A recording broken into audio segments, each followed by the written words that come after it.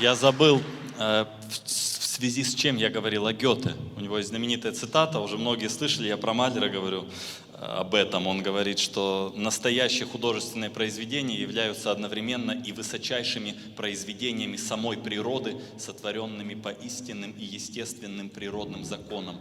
Все наносное здесь отпадает, здесь необходимость, здесь Бог. Это, безусловно, относится ко всей музыке Бетховена. И еще тот факт, что вот существует такое, скажем, негативное открытие, как расщепление атома, потому что атомная бомба, да, была изобретена, это злой гений, скажем так. Вот мне кажется, Бетховен тоже расщепляет атом, это открытие такого же уровня, просто с позитивной точки зрения. Эта музыка сметает все зло на своем пути. В мире существует несколько десятков таких непостижимых гениев, как Бетховен, в разной области, в области живописи, скажем, архитектуры, музыки. И процесс творчества у каждого из этих гениев происходил по-разному. То есть особенным образом с точки зрения способностей, скажем, обычно выделяют Баха и Моцарта, например. Почему? Потому что если Бетховен мог мучительно и долго искать правильную ноту для своего произведения, это действительно был мучительный процесс, то, скажем, Моцарт, он просто записывал свои произведения. Об этом свидетельствует отсутствие помарок в его партитурах. То есть он сразу писал свою музыку начисто, как будто имел перед собой оригинал, с которого просто списывал. И вот по таким совершенно непостижимым способностям, только тем, что действительно у людей был божественный дар, это можно объяснить, среди русских равно великих гениев, скажем, как Римский-Корсаков, Рахманинов, Чайковский, Мусорский, Прокофьев, Стравинский, Шостакович, вот по таким способностям абсолютно идентичного с Моцартом и Бахом уровня выделяется единственный человек, это Дмитрий Шостакович. Я очень много работал с выдающимся советским российским дирижером Геннадием Рождественским, который с Шостаковичем огромное количество времени провел. Ему еще 30 лет не было Рождественскому, когда он уже в Англии дирижировал симфонию Шостаковича в присутствии автора самого. И вот он рассказывал мне, что видел этот процесс, когда был у Шостаковича, что Шостакович писал свои партитуры нелинейно, вот один голос, второй голос, мелодия, аккомпанемент, а сверху вниз, вот так вот, нота за нотой, чтобы не музыканту понять невозможность этого, можно представить себе, скажем, Микеланджело, который расписывает Сикстинскую капеллу, как он будет делать. Он сначала сделает какой-то контур, вот здесь будет такая фигура, набросок, здесь другая, здесь третья, здесь четвертая, один слой краски, второй, третий. Вот так происходит процесс. Представьте, что Микеланджело бы брал и с уголка сверху сразу начисто писал картину свою. То есть это абсолютно невозможно представить. Нужны наброски, нужны контуры. И вот Шостакович, как и Моцарт, огромную часть своих произведений, не 100%, но, скажем, 95%, писал именно таким образом, будто имея перед собой оригинал. А, к слову сказать, его партитуры во много раз сложнее моцартовских по всем параметрам, по количеству голосов, полифонии, просто комплексности и сложности самой музыки. Существует очень много историй, я все не буду перечислять, но одна из них, например, когда камерный музыкальный театр имени Покровского с Рождественским записывал оперу «Нос» Шостаковича. Это очень сложное сочинение. И потом проходило прослушивание этой записи, пришел Шостакович, и Рождественский ему протягивает партитуру, потому что зачем композитор приходит? Чтобы послушать, что так, что не так, сделать какие-то пометки, что надо исправить, что получилось, что не получилось. Вот он ему протягивает партитуру, Шостакович сказал: спасибо, я пока, слава богу, все помню. Он прослушал от начала до конца эту оперу и несколько десятков помарок обозначил, просто наизусть называя такт, цифру, точно ноту, где что не так, где какая нота была исправлена. То есть это совершенно запредельного уровня феноменальные способности. Я часто слышу, ну сейчас реже, конечно, все-таки мы такую просветительскую деятельность ведем, но все-таки такие слова от людей. Как же можно сравнивать великих Баха, Моцарта и Шостаковича? Ведь музыка Моцарта такая божественная, у Шостаковича такая жесткая. Вот здесь два фундаментальных заблуждения в таком подходе присутствует. Первое из них заключается в том, что, ну, во-первых, музыка Баха и Моцарта — это тоже нечто гораздо большее, чем просто приятное времяпрепровождение. В ней тоже огромное количество глубины, которую нужно годами постигать. Она просто внешне миловидна. А второй момент заключается в том, что касательно жесткости и негативности, как некоторые говорят. Вот представьте, что вы читаете исторические очерки о войне, о революции, о жертвах каких-то, допустим, террора или еще чего-то. Как можно обозначить такую информацию? Конечно, она абсолютно негативная, она на любое сознание действует негативно. Однако никто не будет отрицать, что знание событий, скажем, Великой Отечественной, Второй мировой войны, революций формирует подлинную нравственность в нас, такой общечеловеческий патриотизм, то есть формирует гармоничную личность. И получается, что эта информация действительно важна. Так вот, прослушивание музыки Шостаковича — это даже нечто гораздо большее, чем просто прочтение информации. Вот сегодня мы будем слушать его, исполнять, вы будете слушать 10-ю симфонию. Это 3-я часть трилогии симфонической, посвященной Великой Отечественной Второй мировой войне. Ведь в истории очень трудно докопаться до абсолютной истины. Существует масса разных взглядов на одни и те же события, и практически невозможно прийти к 100% варианту трактовки. И вот музыка Шостаковича — это то, что не просто говорит нам о событиях, а дает нам прожить это изнутри. То есть каждый может прочувствовать, что чувствовал народ в это время, что чувствовали люди. И в этом, конечно, огромная уникальность Шостаковича. Его называли, как известно, летописцем своей эпохи, совестью советской музыки, называл его Хачатурян. Действительно, ни один музыкант не отразил так глубоко кричащие противоречия своей эпохи и не оценил эту страшную эпоху суровым нравственным судом, как это сделал Дмитрий Шостакович. Вот сегодня прозвучит 10-я симфония. Ее он писал, в отличие от всех других сочинений, довольно долго. Он написал 7-ю, 8-ю напрямую военные симфонии, созданные в военное время, и задумывал 3-ю часть трилогии, сам об этом говорил, 9-ю симфонию. Он начинал несколько раз ее писать и прекращал по разным причинам. Во-первых, он говорил, что если бы нашел подходящий текст, то мог бы написать это сочинение с хором, хоровой финал, но он боялся нескромных аналогий, как сам говорил, конечно, аналогий с Бетховеном. Хотя этот человек, безусловно, параллель с Бетховеном и Моцартом здесь прямая. Потом также существуют суеверные такие моменты, что проклятие 9-й симфонии, кто не знает, такое понятие существует. Многие великие композиторы, написав 9-ю симфонию, умирали. Это, например, Бетховен, Брукнер, Малер, величайшие композиторы. Дворжак, Брукнер не дописал 9-ю. Малер написал 8-ю, боялся писать 9-ю симфонию, написал «Песнь о земле». Как бы симфония, но с солистами вместе, и вроде бы не симфония. Потом написал 9-ю, первую часть 10-й и умер. Вот Шостакович тоже, конечно, этот момент присутствовал. Это звучит смешно, но это вот такие факты. У Война Уильямса 9 симфоний. То есть вот самые великие композиторы, симфонисты действительно написали только 9 симфоний. Вот. И в итоге он несколько раз начинал эту симфонию, не написал. 9-я оказалась самым коротким из его симфонических произведений, из его симфоний. Это такая очень гротескная, ироничная музыка, яркая, с большим количеством юмора, такого очень острого. То есть это не какое-то монументальное полотно. Вот. А 10-я симфония, это действительно, он сам говорил, что 9-я симфония не является 3-й частью трилогии, надеюсь, таковой будет 10-я. Это сочинение уникальное, оно 4-частное, очень классическое, эпицентром событий является здесь 1-я часть. Она вообще могла быть бы индивидуальной симфонической поэмой в какой-то степени. В ней заключены вот напрямую военные события. Тут не нужно обладать никаким чутьем, чтобы мгновенно услышать в музыке весь этот трагизм, глубокие размышления. Вообще Шостакович — это тот человек, который глубже всего отразил, ну вот по моему субъективному мнению, не только моему, конечно, многих музыкантов, такое, как мне кажется, несколько вне национальное понятие, широкое, как русская душа. В его музыке вот этот народный мелос больше, чем у любого другого композитора присутствует, трагичнее всего. Это 1-я часть, эпическая, самая длинная. 2-я часть — это очень знаменитая музыка, даже если кто-то не знает, что это 10-я симфония, по телевизору так или иначе вы ее слышали, в новостях, еще где-то. Она часто отражает трагические события, а восходит эта музыка уникальным образом к фрагменту из оперы Мусорского «Борис Годунов», особенно в 1-й авторской редакции. Там есть такой бунтарский хор: «Расходилась, разгулялась удаль молодецкая, пышет полымем кровь казацкая, рыщут, бродят слуги Бориса, пытают люд неповинный, ой ты сила, силушка, ой ты сила бедовая, ты не дай нам понатешиться», и так далее. Такая картина народного восстания. Вот абсолютно напоминает эта 2-я часть, вот этот хор из Бориса Годунова по духу, по всему совершенно, по способу воплощения. 3-я часть этого произведения многие считают, сходятся во мнении, что она описывает точнее всего из того, что создал Шостакович, самого композитора. В ней он использует как главную тему собственную монограмму Д. Дмитрий, СЦХ по-немецки, С. Шостакович. Как это выражается? 4 ноты ре, ми бемоль, до, си. Если их произнести на латинице, это будет Д, ре, ми бемоль это С, Д, С, ЦХ, то есть Д Дмитрий, СЦХ по-немецки, Шостакович. Так делал Бах, у него есть фуги на Бах, Б, А, ЦХ, то есть си бемоль, ля, до, си, бека. Вот здесь он рисует самого себя.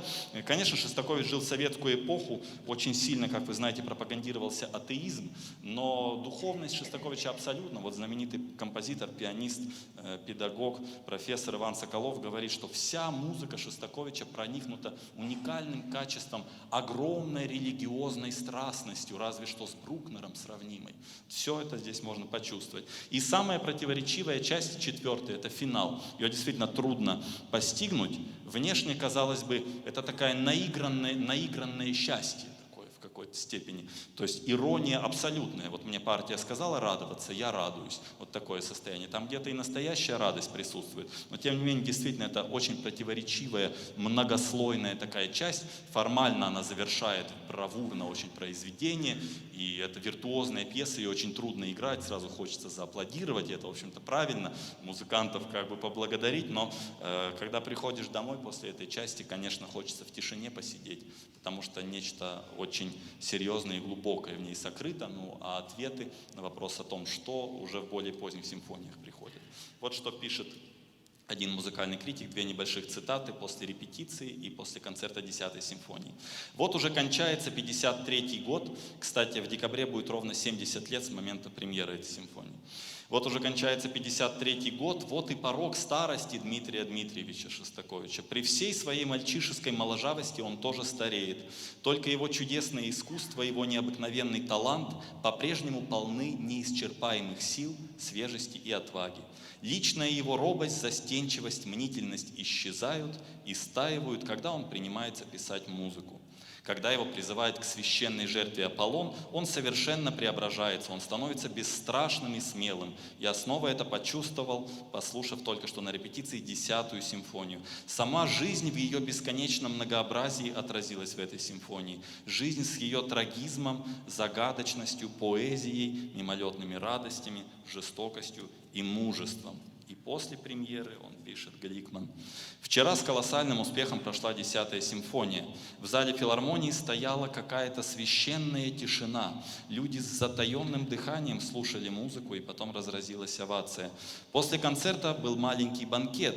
Хачатурян произнес прочувствованную речь о новаторстве Шостаковича и его могучем воздействии на сотни тысяч слушателей.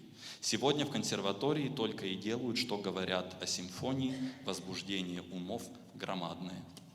Итак, на сцене Национальный симфонический оркестр Республики Башкортостан, Дмитрий Шостакович, симфония номер 10 в 4 частях. Просьба не аплодировать между частями произведения. Большое спасибо.